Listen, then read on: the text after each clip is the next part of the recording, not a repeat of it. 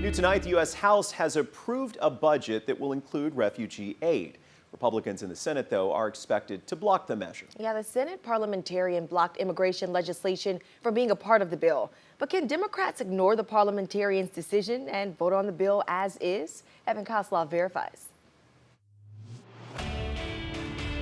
Politics can be messy, and that's why we verify to make sure misinformation doesn't spread online. On Sunday, Senate parliamentarian Elizabeth McDonough shot down Democrats' plans to include green cards for millions of immigrants in the proposed $3.5 trillion budget plan. Democrat Representative Ilhan Omar then tweeted, "This ruling by the parliamentarian is only a recommendation. Senator Schumer and the White House can and should ignore it." So let's verify. Can Democrats ignore the parliamentarian's decision and keep this language in the bill? Our sources are Casey Burgett from the George Washington University, David Super from Georgetown University, and Bill Hoagland from the Bipartisan Policy Center. First, here's the process. To pass a bill in the Senate, typically you need 60 votes to overcome a filibuster. But when it comes to reconciliation, often referred to as budget bills, you need just a simple majority, or 50 votes. To keep lawmakers from using this as a way to get around the filibuster, you have the Byrd Rule. It dictates that, generally speaking, you can only put budget issues in a budget bill. This is a set of provisions in law that basically say what you can and cannot do. The Byrd Rule has 6 prongs with it.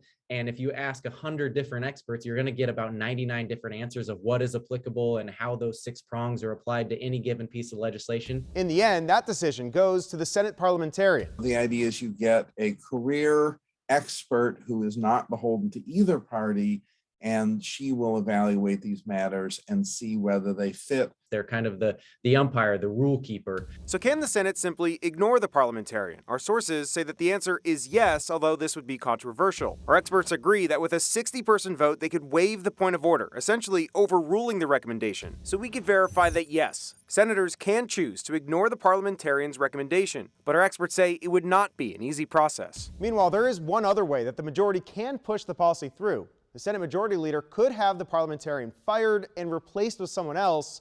While highly controversial, this has been done before. With your Verify, I'm Evan Kosloff. Wow. And if you've got something you want us to verify, send us an email, verify@12newsnow.com, or you can direct message us on social media.